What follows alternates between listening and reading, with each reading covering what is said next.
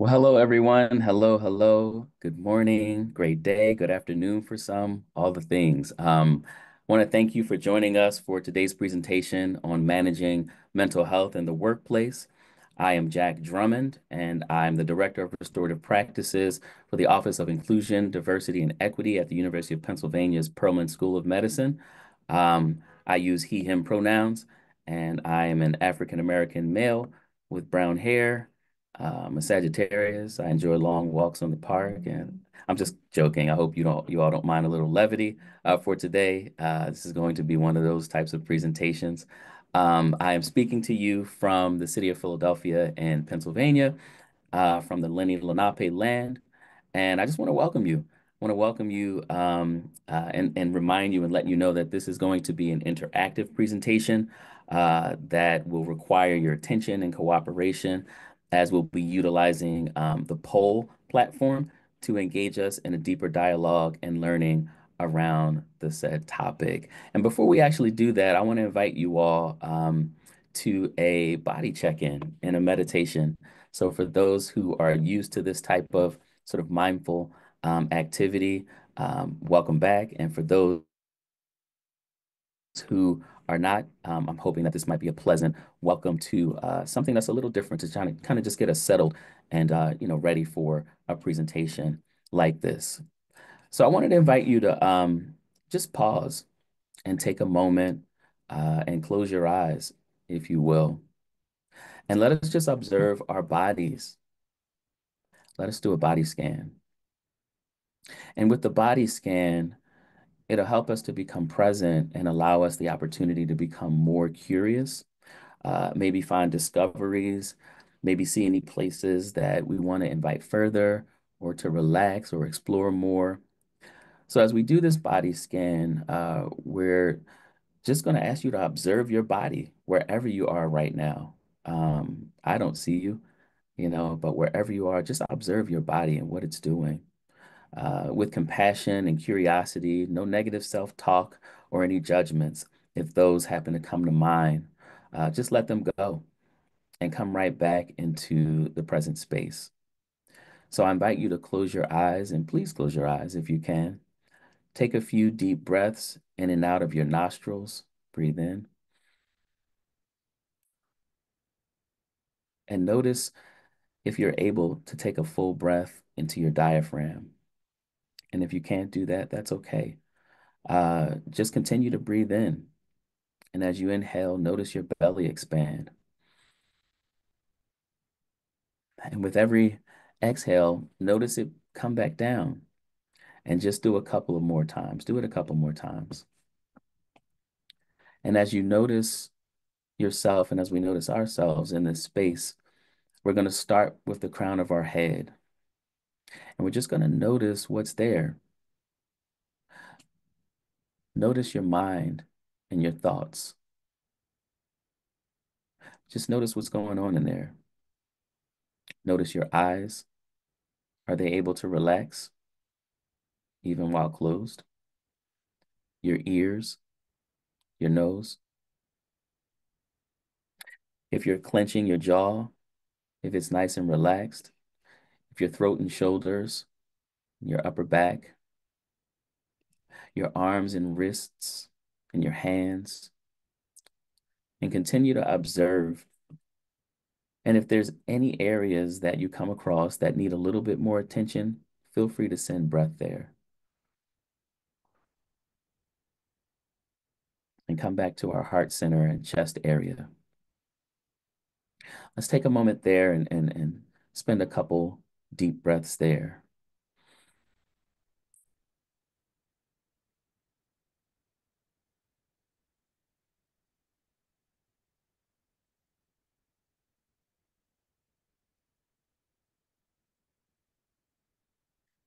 And pay attention to your arms, your lower back. Let's take a moment to send a couple of breaths to those spaces as well. That's where we can sometimes hold stress or anxiety. Just let's send a couple of breaths there and focus your attention on your heart.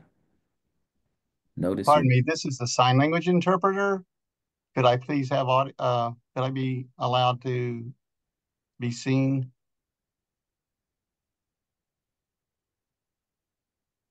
my apologies, your legs, your knees, your ankles, and your feet. Take an inhale through your nostrils, pause, and breathe. And let's take a strong exhale out of your mouth if you can. And just pause and take a moment and feel into the space of your body and around it. And you can do this exercise as many times as you want throughout the entire presentation or throughout the day and on a daily basis if it's needed. This is a check-in, a body scan. And I thought it was necessary for us to at least start with this as we talk about the very important topic of managing mental health in the workplace. Next slide, please.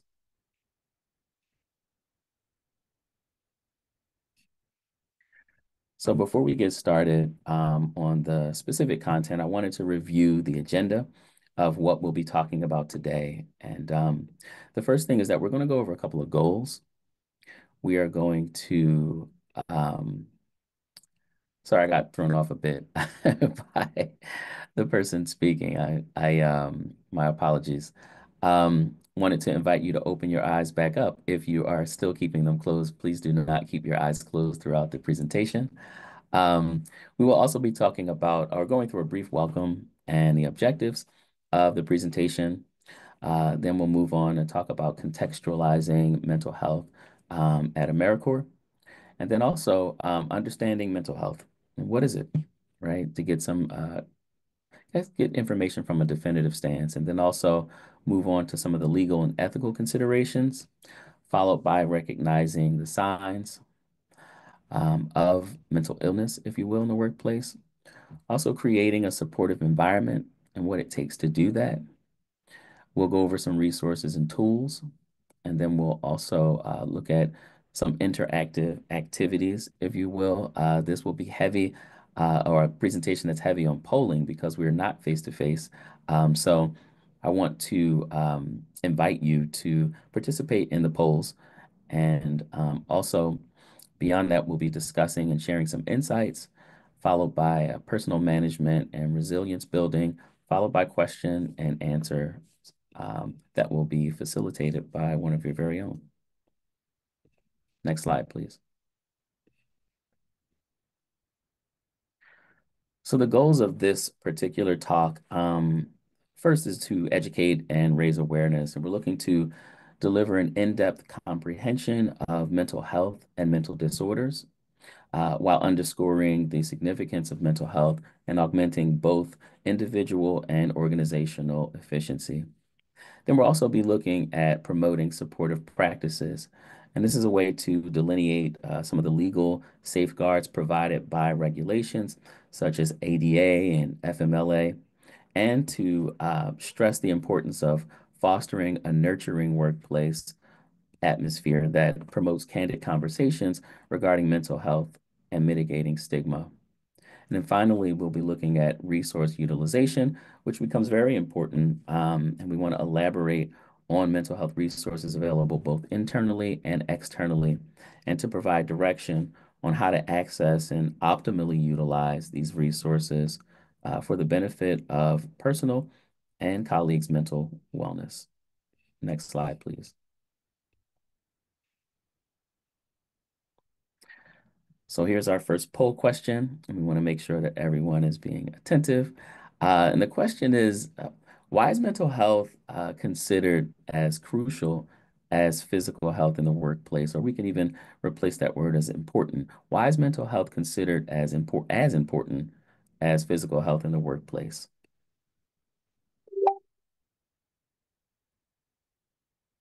Not sure that is the poll question being raised, because I can't see a poll question up, and I do see it now. Thank you so much. So we'll give you a few seconds to answer that.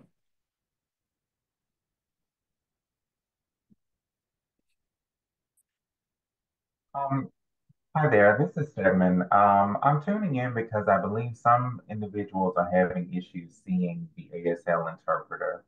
So I wanted to pause for a moment so that we can make sure that the interpreter is visible to everyone. I can see the interpreter, so I want to make sure that everyone else can. And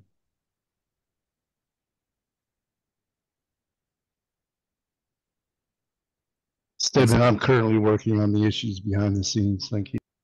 Okay, thank you all very much. We do have Thank you for those that are participating in the poll. We just want to pause for just a moment until hopefully we can get that resolved. I want to thank those in the chat who pointed this out because we want to and, make sure that everyone is being respected and heard. and Stedman, please let me know when to continue. Thank you. Okay, Steve, when you if you and if those that are on that are participants, if you're able to let us know when the interpreter is visible to you, please feel free to share that in the chat so that we know we can continue.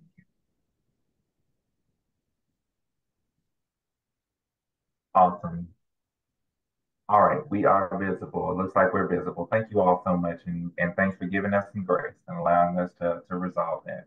You may go and please do participate in the poll. And Jack, back over to you. Thank you so much, Stedman. So I'm glad we are able to be seen now. Yes, I just wanted to end the poll and just wanted to review the options really quickly. The question was, why is mental health considered as important or as crucial as physical health in the workplace? And it looks like 98% of us got that correctly. The options were it affects only the individual's personal life. It has no impact on the workplace productivity. And C, it helps individuals handle stress and enhance overall workplace productivity. And D is that it is less important than physical health. And the answer was C, that it helps individuals handle stress and enhances overall workplace productivity. So thank you all for those who are contributing to our polls. And it looks like we're off to a good start.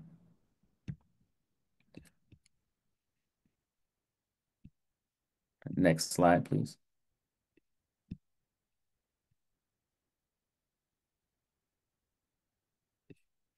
All right. So in terms of our welcome and objective, grasping the significance of mental health in the workspace is vital, not only for the overall health of each person, but also for the collaborative vitality and efficiency of the entire team. Let's begin by clarifying what we mean by mental wellness or mental health versus mental illness and comprehend the overall impact on one's personal health. Mental health includes our emotional, psychological, social, and those type of health needs, if you will. It influences how we think and feel and behave as we navigate life's obstacles, especially in the workplace. In contrast, mental illness pertains to a broad spectrum of mental health conditions, ailments that impact our moods, our conditions, our cognitions, if you will, and our actions.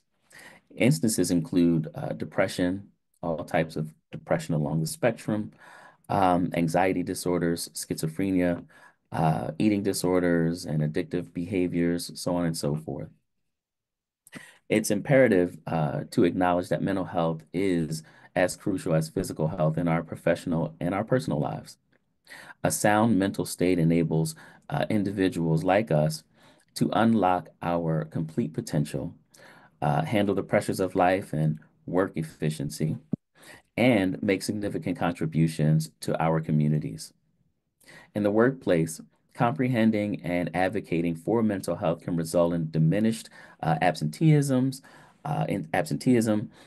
reduced turnover rates, heightened employee involvement and productivity, and conversely, overlooking mental health and wellness in the workplace can incur considerable expenses, not only for the individual in terms of their health decline, but also for the workplace itself through loss of productivity and increased disability claims and the like. Therefore, cultivating an atmosphere that fosters excellent mental health becomes essential for maintaining and flourishing dynamic workforces. In today's presentation, we'll look at those very specific points. Next slide, please.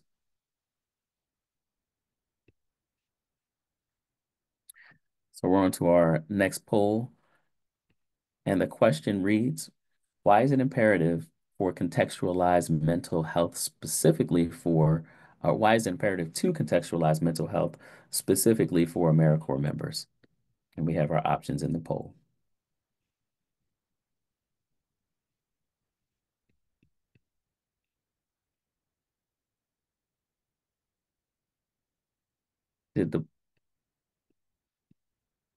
I didn't get the poll. Did the poll come up for you all? Okay. All right. The poll is launched. Thank you.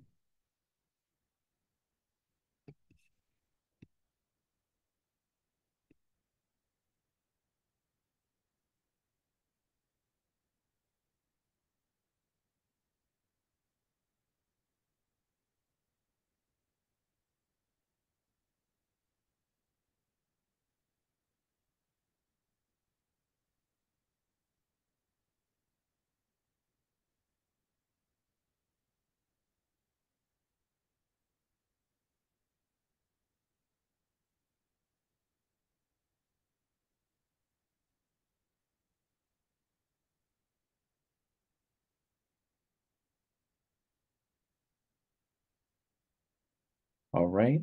I want to ask that we end the poll.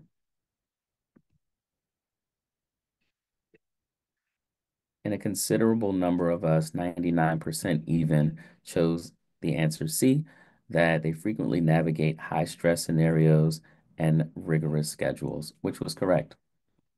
Contextualizing mental health. Now, next slide, please.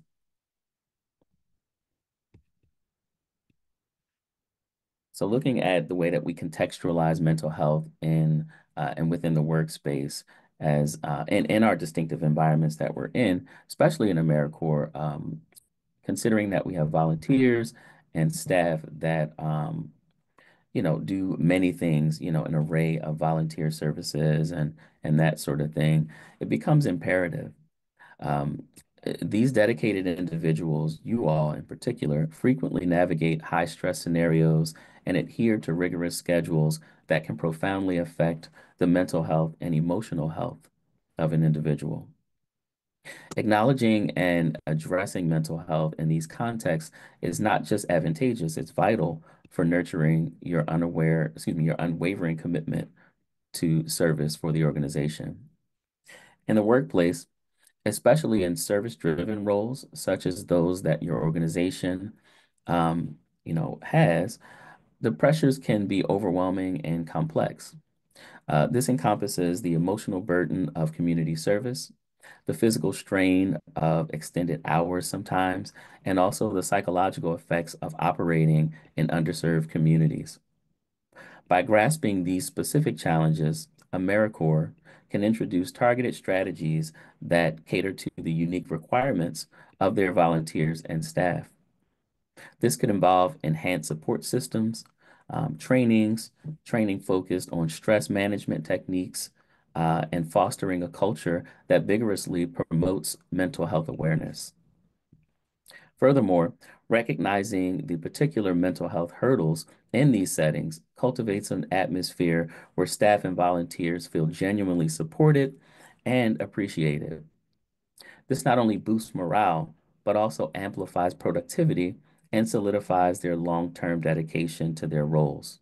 Ultimately, prioritizing mental health care in AmeriCorps transcends mere individual well-being. It fortifies the entire organization, empowering it to achieve its mission with greater effectiveness and compassion.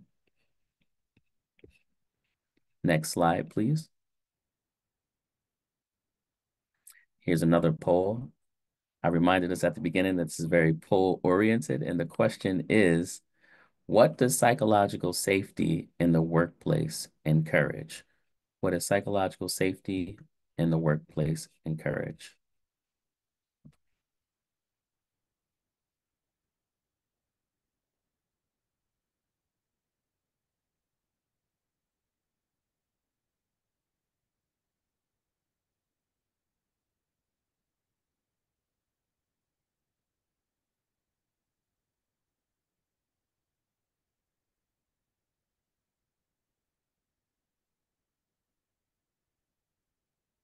And thank you all so much for participating.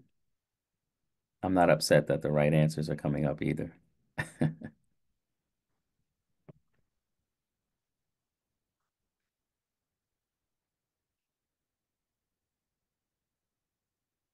About 5 more seconds. And we can end the poll. So a large majority of you, 99% even, answered that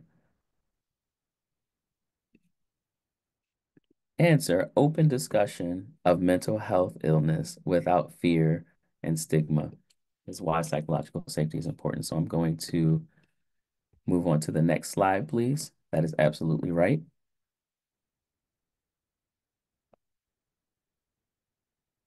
Understanding mental health in the workplace is critical, not only for the well-being of each employee, but also for the overall health of the organization. Wanted to define some key terms, and we have some key terms that are stated on the slide. The first is mental health, mental illness, psychological safety, and its impact on interpersonal relationships and productivity, as well as proactive approaches. So please take a moment to kind of look at the definitions itself while I give a brief explanation.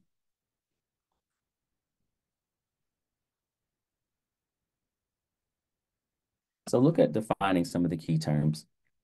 Mental health is more than the absence of mental disorders. It encompasses emotional, psychological, and social well-being. This comprehensive view helps us to recognize that mental health is an integral part of how we think, feel, and interact with others, directly impacting our productivity and our interpersonal relationships at work and in the workplace. Mental illness, on the other hand, refers to the conditions that affect a person's thinking, feeling, mood, or behavior, such as depression, anxiety, bipolar disorder, schizophrenia, so on and so forth. And some of these things are being repeated in the presentation because we believe that repetition is resonance. These things can significantly impair a person's ability to function at work, at home, or in the society or the communities that they traverse. Recognizing these issues or these challenges is the first step in managing them effectively.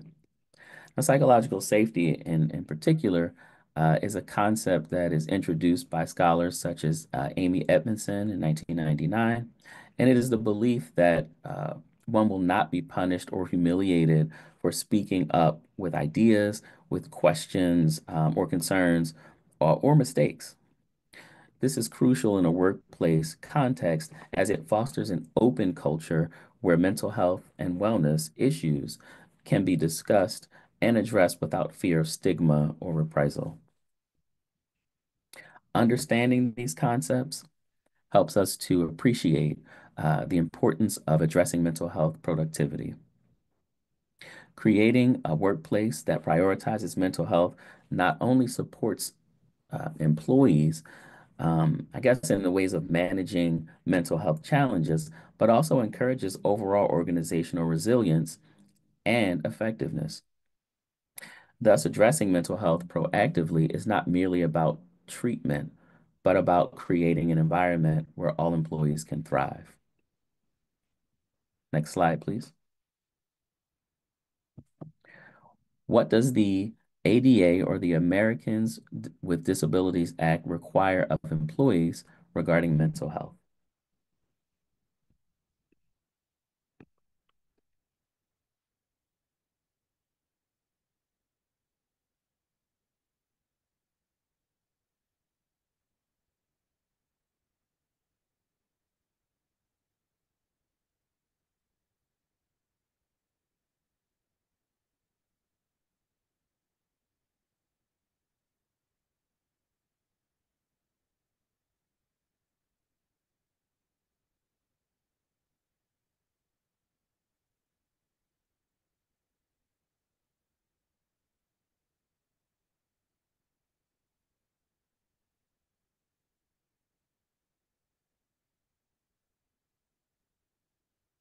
All right, we're going to end the poll, if that's okay.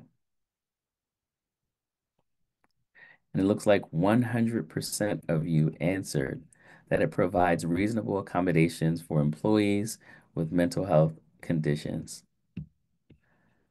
Like the next time I give this talk, I will have to come up with harder questions. Um, Addressing the legal and ethical oh, next slide, please. Thank you so much. Addressing the legal and ethical aspects of managing mental health in the workplace is not merely a moral duty, it's essential, or it is more so an essential obligation for the organization to foster supportive and inclusive or work towards a more supportive and inclusive work environment. Grasping the legal framework that shields employees, such as the ADA and the Family and Medical Leave, or FMLA, acts, is absolutely vital. These laws offer indispensable protections for employees facing mental health challenges to seek assistance without anxiety or discrimination or discriminatory behavior or, job jeopardy and that sort of thing. For instance, the ADA mandates that employees must provide reasonable accommodations for employees with disabilities, including those with mental health conditions that significantly impair one or more major life activities. This could encompass modified work hours, alterations to the work setting, or adjustments in the workplace policies. Similarly, the FMLA aids employees by granting them the right to take unpaid job protected leave for designated family and medical reasons, including severe mental health that hinders their work and their work responsibilities. Recognizing the demand or sort of the demanding nature of its service environments, AmeriCorps may introduce additional policies that specifically tailored to meet the unique needs of its members. These policies are crafted to support more members facing mental health and mental health hurdles, ensuring that they have access to essential resources and are not disadvantaged because of their mental health challenge or challenges. Comprehending these legal protections not only aids organizations in adhering to the law, but also cultivates an ethical commitment to employees' well-beings. It promotes a culture where mental health is openly acknowledged. It diminishes stigma and nurtures a supportive environment and community within the workplace. And these, or sort of ethical framework guarantees that all employees, irrespective of their mental health issue or challenge or status rather, receives fair treatment and can contribute meaningfully in their roles. Such dedication to mental health in the workplace boosts overall productivity, enhances employee satisfaction, and also fosters a sense of loyalty within the organization. Next slide, please. Which of the following is a sign of mental health challenges in the workplace?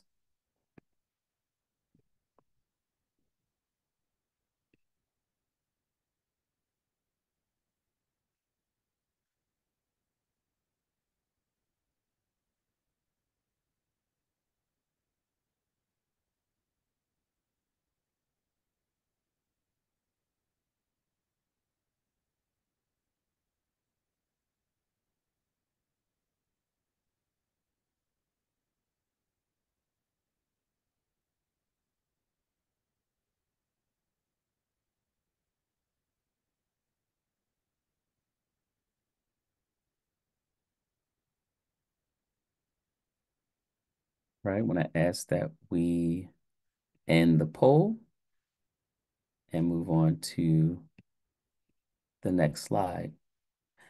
If you selected B, social withdrawal and decreased productivity, you answered it correctly, and it looked like we were in the high 90s in terms of answering that question correctly as well.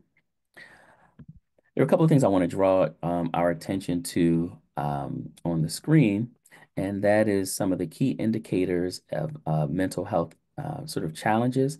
I wanted to take a few seconds for you to kind of just look at that and peruse over those particular points.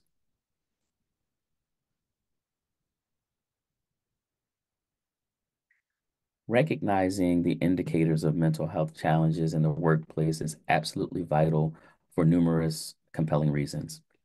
First, identifying mental health concerns at an early stage can pave the way for prompt support and intervention, which dramatically increases the likelihood of successful recovery while minimizing the detrimental effects on an employee's well-being and productivity. Mental health challenges or issues can present themselves in various forms, such as alterations in behaviors, mood fluctuations, diminished productivity, social withdrawal, and a surge of absenteeism.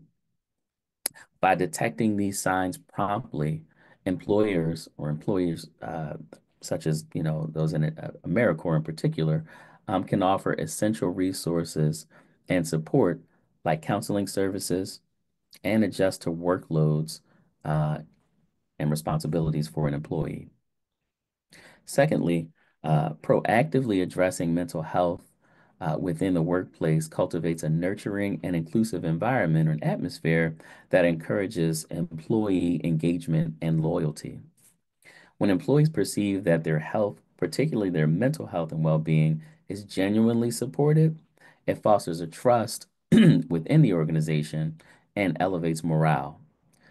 This not only enriches the workplace culture, but also cultivates a more engaged and efficient workforce. Furthermore, remaining attentive to mental health promotes adherence to legal and ethical standards, ensuring that organizations fulfill their responsibilities under regulations like ADA or FMLA. Uh, this legal adherence not only shields the organization from potential lawsuits, but also highlights the organization's dedication to ethical practices. And finally, recognizing signs of mental health challenges is crucial for enabling early intervention, fostering a healthy workspace and a harmonious work environment, ensuring legal compliances, and nurturing a culture of inclusion and respect. This strategy not only serves the individual employees, but also enhances the overall success of the organization. Next slide, please. How does a supportive environment benefit a workplace? How does a supportive environment benefit a workplace? And the poll is launched.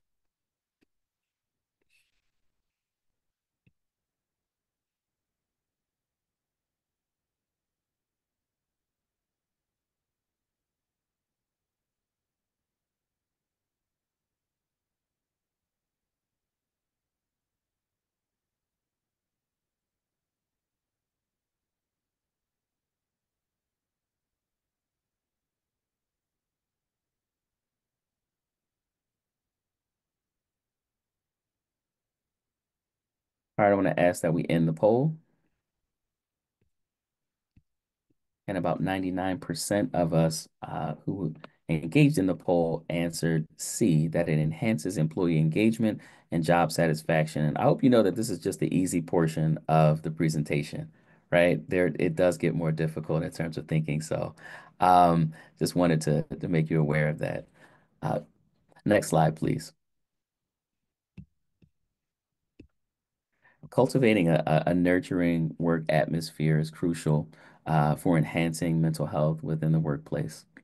This is due to a profound impact that the work environment has on the employee's mental and emotional wellness. It's vital to implement strategies that foster an inclusive and supportive workplace where every employee feels appreciated and empowered. Starting with a nurturing work environment, um, having that to help facilitate an early detection and effective, excuse me, and effective management of mental health challenges.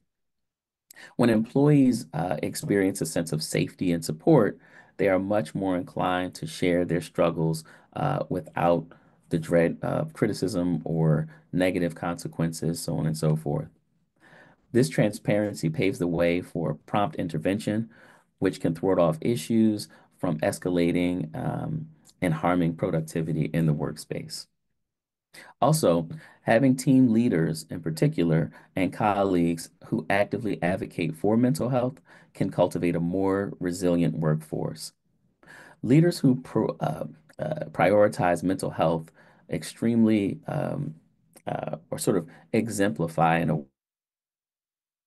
strong commitment that helps to demonstrate that the organization genuinely cares about its employees and its employee workforce beyond mere performance and metrics.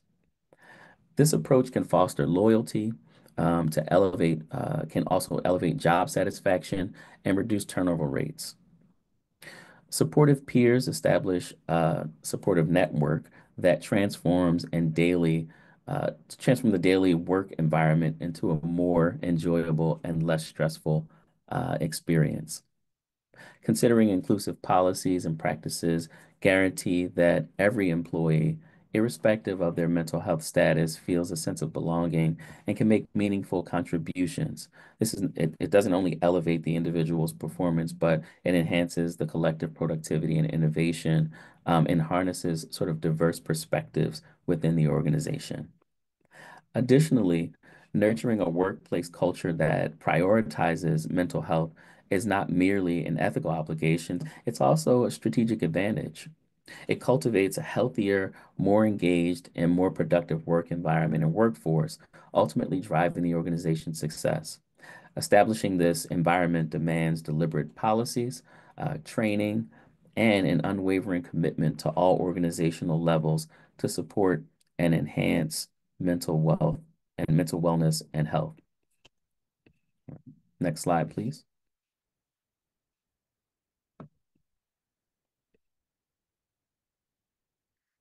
What is the purpose of combining internal and external mental health resources in the workplace?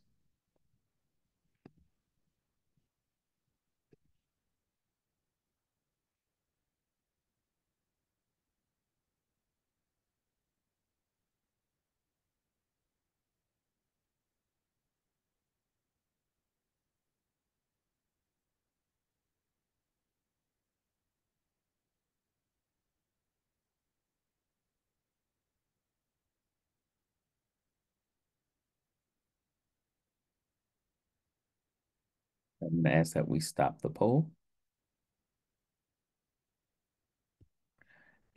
98% of us chose C, to address diverse mental health needs effectively, and that would be correct.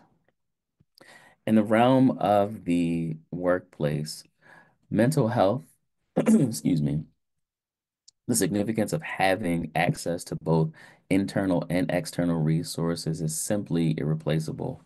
Um, these resources not only support employees in managing stress, but also effectively address mental health and challenges, and significantly enhance their overall well-being. The value of these resources is immense, as they play an essential role in cultivating a nurturing and a healthy work atmosphere.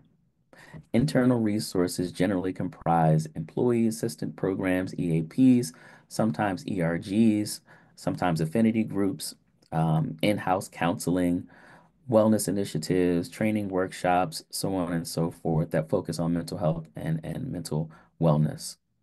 These resources are directly managed and provided by organizations, guaranteeing that help is always accessible and specifically tailored to meet the unique needs of the workforce. Moreover, internal resources offer a level of confidentiality and, I guess, immediacy, if you will, that is crucial for swiftly and effectively tackling mental health issues. Conversely, external resources deliver a wider spectrum of support services, encompassing specialized treatment options, and connections to experts in medical professions and outside of the organization, so on and so forth. This can include referrals to local mental health services, professional counseling organizations, and support groups, which are indispensable for employees grappling with more severe, specific medical health challenges that are necessary, or that require necessary specialized care. By synergizing internal and external resources, a comprehensive support system is established that addresses a diverse array of mental health needs. This multifaceted strategy, if you will, is vital because it accommodates the variety of mental health challenges as well as the differing perspectives employees may have regarding how they might seek assistance. Let me go to the next slide, please.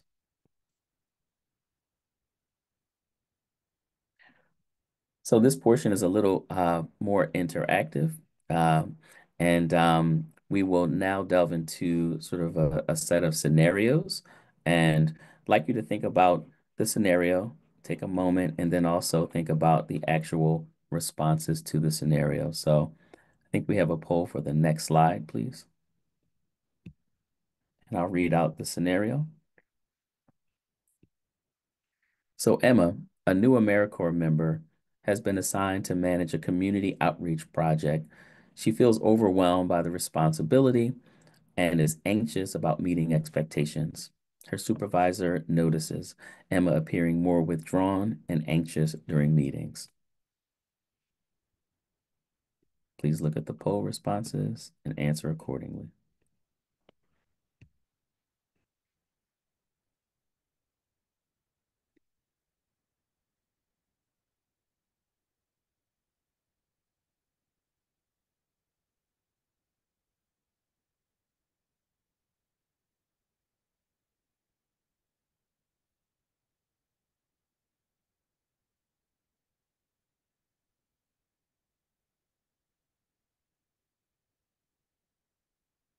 All right, I think we can end the poll here. It looks like 100% of us chose B, to arrange a private meeting with Emma to discuss her feelings and workload. And I'm going to talk about why that is correct. The response is best for this particular scenario, and I know it's hypothetical, because it provides a direct yet private way to address Emma's anxiety and workload concerns. It respects her dignity around privacy, and it offers her support and it allows her for sort of adjustments that might be needed without putting her on the spot for escalating her anxiety. Excuse me. Addressing such issues in private is also crucial for building trust between supervisors and their team members. Next scenario, please.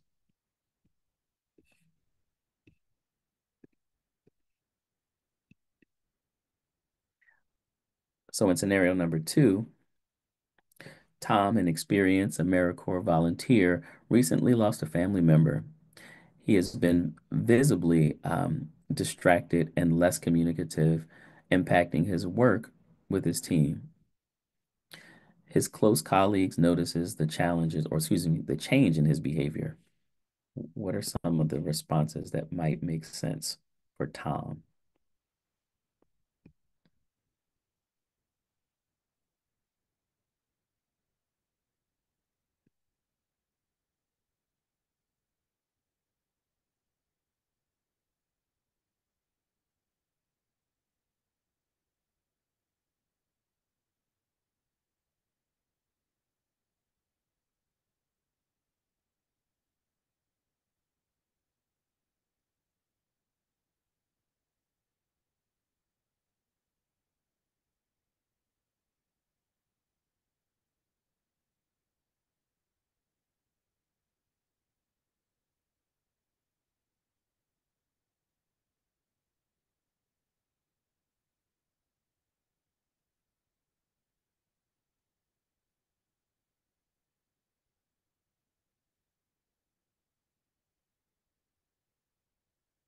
All right. I'm going to ask that we end the poll.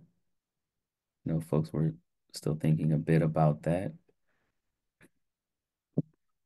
And if you chose the answer A, suggest to Tom to take some personal time off and offer to cover his responsibilities in his absence. That would have been the correct answer for this particular scenario. However, D, excuse me, uh, to organize a team meeting to discuss Tom's situation and how it affects the team's work also seemed to make sense for a bit of us who are taking the poll. Wanted to explain why the answer A was correct. And this response really it's supportive around acknowledging Tom's need for space and time to grieve while ensuring that his work responsibilities were not neglected. It shows empathy and understanding for the team, which can be crucial in helping someone through a personal crisis. And there are many types of personal crises that that we are impacted by, if you will. Offering practical support relieves the immediate pressures of work duties, allowing Tom to focus on his emotional well-being. All right. Can we go to the next slide? So we only have a couple more of these to go. I'll read. Linda has been with AmeriCorps for 2 years, consistently taking on high impact projects. Recently, she mentioned feeling burnt out to her peers, struggling to maintain her usual place or pace, and has started making more mistakes. What's a response that makes sense towards Linda's situation?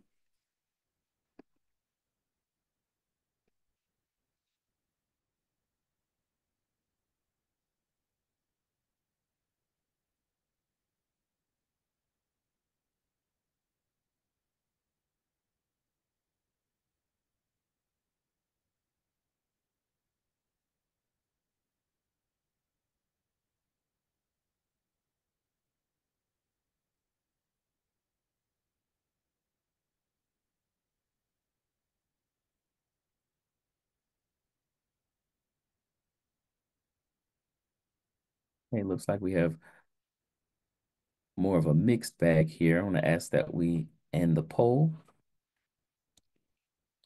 It looks like over 90% of us chose B, and B was to discuss strategies with Linda for managing workload, including prioritizing tasks. And that would be the appropriate answer for this particular scenario. But we had a mixed bag in regards to, excuse me, the answers for this go around. I'll talk about why that answer made the most sense for Linda and her challenge. The response helps Linda to tackle burnout proactively by addressing the root cause, overwork and stress from high demands, if you will.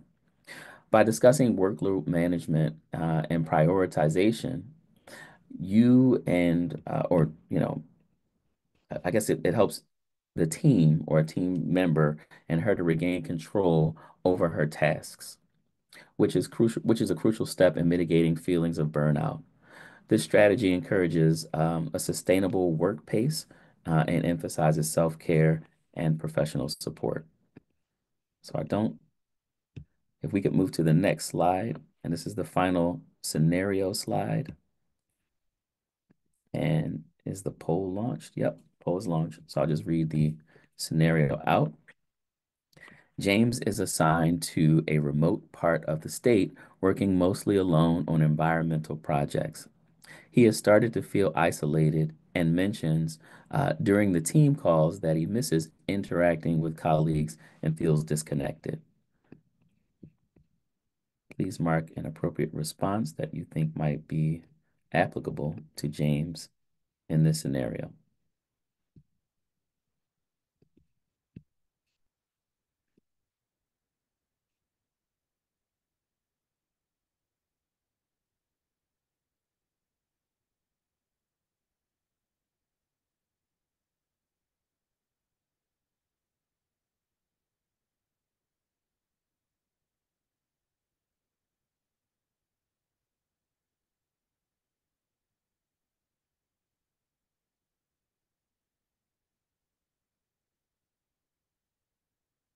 I see the numbers going up and down.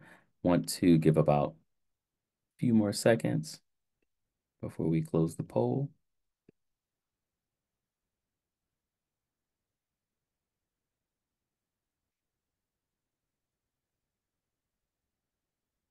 Please close the poll.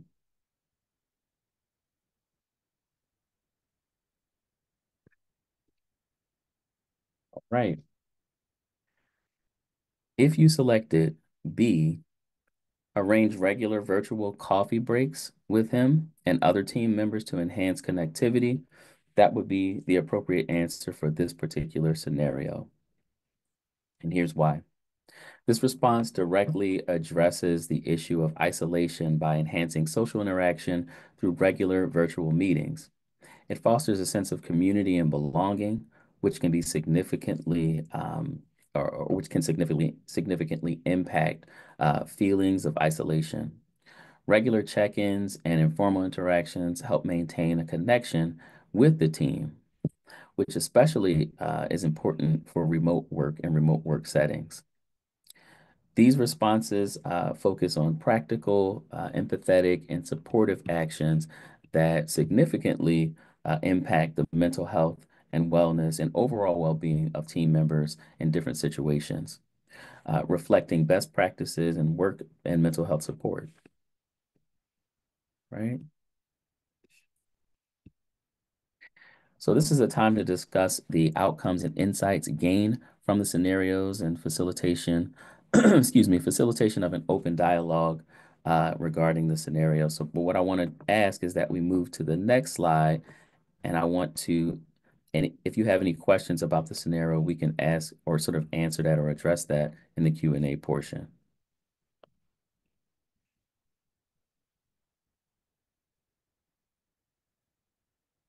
So this next slide really kind of revolves around the topic of sort of personal management and resilience building. Enhancing a sense of resilience and developing personal management competencies are essential for sustaining mental health and well-being in a professional environment. Resilience empowers individuals to navigate stress and adversity, facilitating recovery from challenges while preserving psychological health. The cultivation of personal management skills, including proficient time management, stress management, emotional regulation, equips employees to effectively manage daily pressure and obligations, thereby mitigating the likelihood of burnout. In a professional setting that emphasizes mental health, the promotion of resilience is not only enhances the individual's capacity to navigate work-related stress, but also fosters a more cohesive and supportive team environment. Employees who exhibit elevated levels of resilience along robust personal management skills are more apt to confronting challenges, embracing change within an organization, and also extending support to their colleagues, thereby amplifying overall workplace productivity and cohesion. Additionally, when organizing or organizations in particular advocate for the development of these competencies, uh, they establish a workplace culture that prioritizes continuing learning and emotional intelligence. This environment motivates employees to seek assistance when necessary, utilizes resources effectively and efficiently, and engages in transparent discussions regarding mental health issues without apprehension of stigma and criticism and negativity.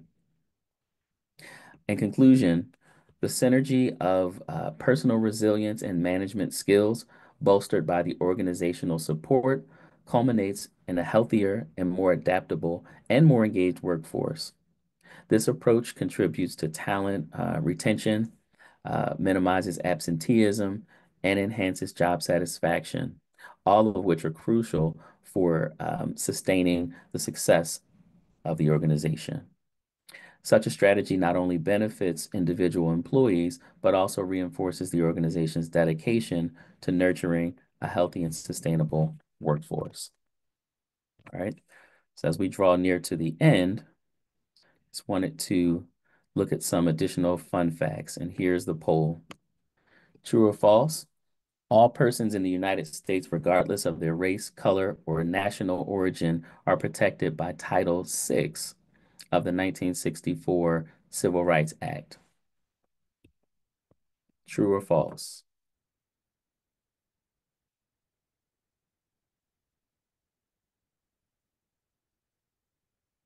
I'm not sure our poll questions match here.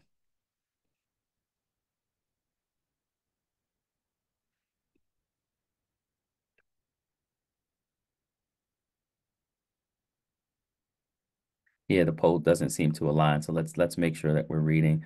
Okay, so what is on the screen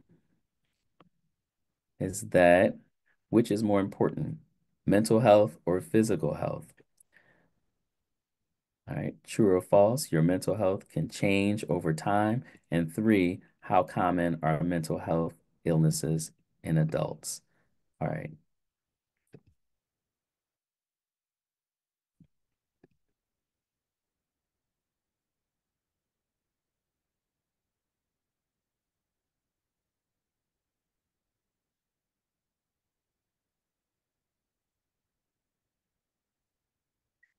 So we could kind of actually, I'd like to, since these questions don't align with what I have on my my presentation, I want to save these questions and jump right to our Q&A portion because it looks like we are about at time now. It's 2:58. Wanted to jump into the Q&A portion and address any questions that we have based on the presentation. Excellent. Thank you so much, Jack. What an amazing presentation. And, thank you so much for sharing this information with us. I would like to invite others to complete the survey. I'm going to ask you to post that link in the chat before you leave. And it's already there. Thank you, Steve. To complete, please, please, please complete that survey before you go. You'll also get a message to do so as you click out, but we want to make sure you have the opportunity to do just that so that we can improve these communities. Thank you all so much for helping us to maintain this space, to make this a safe space. And we want to get to some of your questions before we go. So I just wanted to remind you all about that and for completing the survey. So here we go. Let's go into some of the questions. I think this first one is a fun. Uh, is the fish tank in the background real or an augmented reality?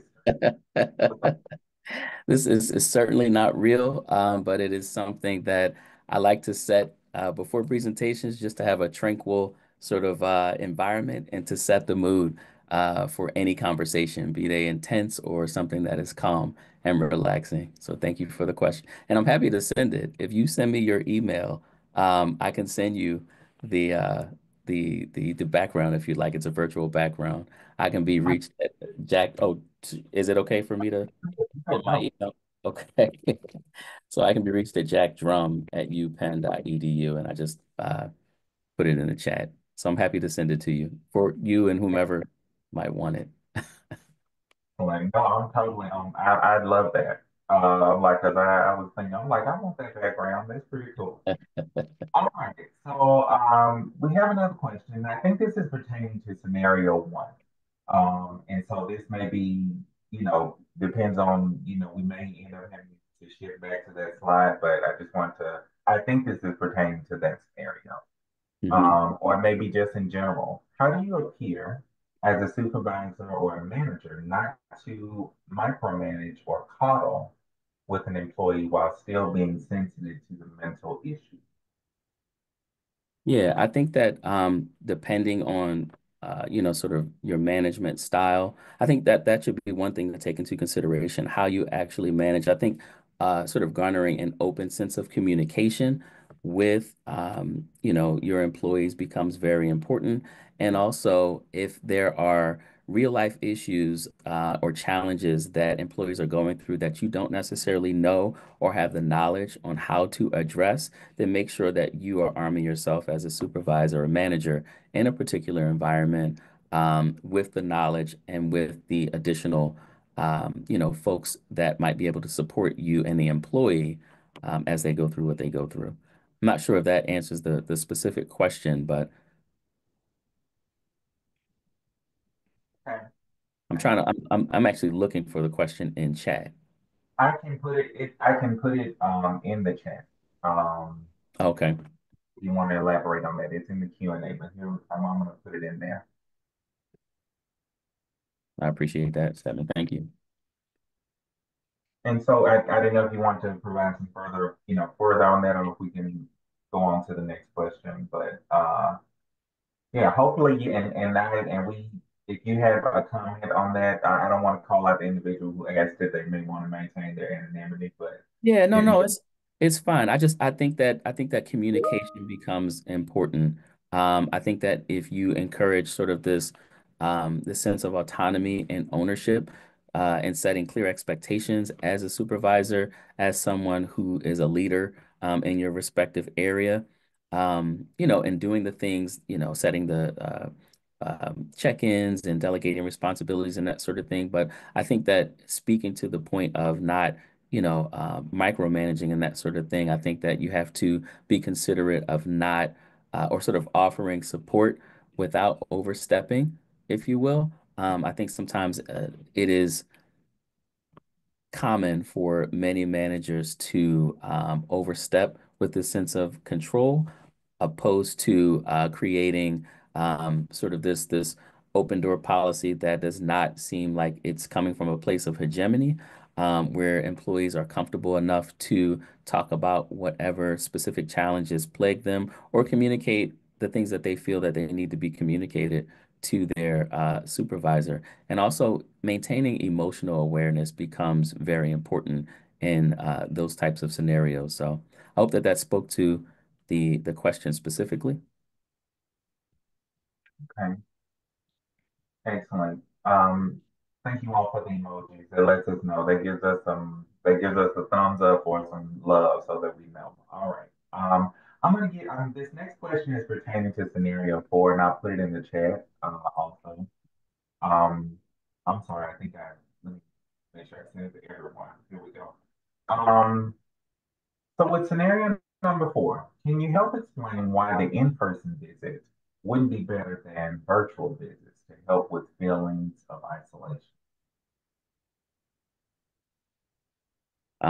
Sure. Let me go to scenario four. Give me one I think it is on second. the screen. Thank you, Alice. Okay. Oh, okay. Oh, sure. Okay, so this is the one with James. Okay. And can you repeat the question? I'm Sure, switching sure. around from I have two screens up. I'm sorry. I'm trying to follow and trying to answer, but go ahead. I apologize. No, it's okay. With scenario four, can you help explain why the in-person visit wouldn't be better than virtual visits to help with feelings of isolation? Um, because I think as stated, it fosters a sense of community and belonging. I think that there are some things that we miss out on when we engage employees solely from an online perspective or sort of a virtual perspective. I think that there are some not only emotional cues, but some physical cues that we might be able to pay more close attention to. And I think that if we look at this particular scenario, that the responses, in particular, focused on practical, empathetic, and supportive actions that can impact the mental health and mental well-being of an employee in different situations.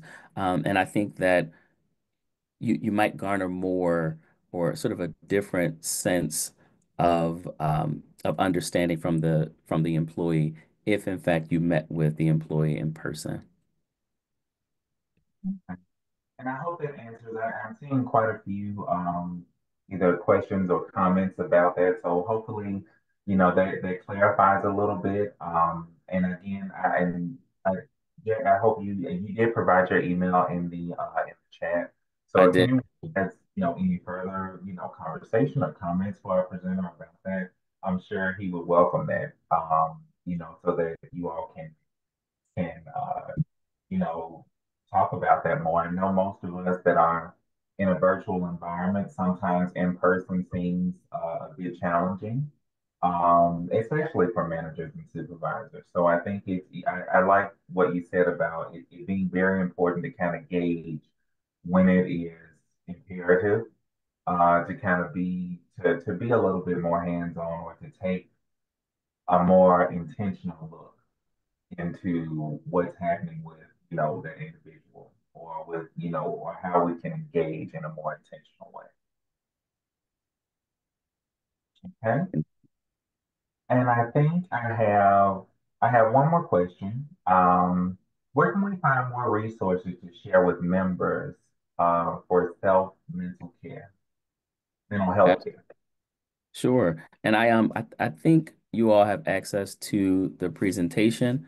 The presentation slides are available, and it's also equipped with a resource list for managing mental health in the workplace. There's some general mental health resources, some mental health resources that are national and that sort of thing, some that really focus on stress management as well as workplace mental health and wellness, legal resources.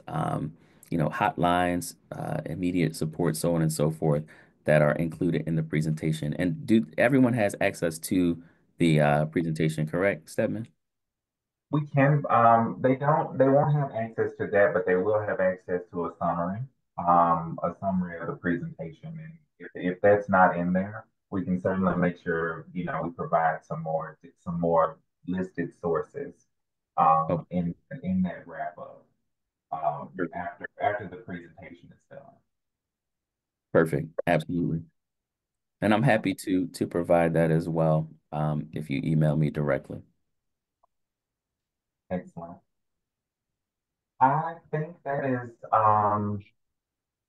yeah, I'm just seeing more general comments. I think, yeah, there are definitely some things about that in-person visit. I think that it definitely struck a chord with a lot of people, about, having the ability to do so, funding, even with funding being a challenge. And there are lots of challenges that can stand in the way of that. So I think, if uh, I think that's always something, especially from, even within AmeriCorps, it's definitely something to even speak to your supervisors about. And, kind of, this is something that's a concern of mine, and I want to be very intentional.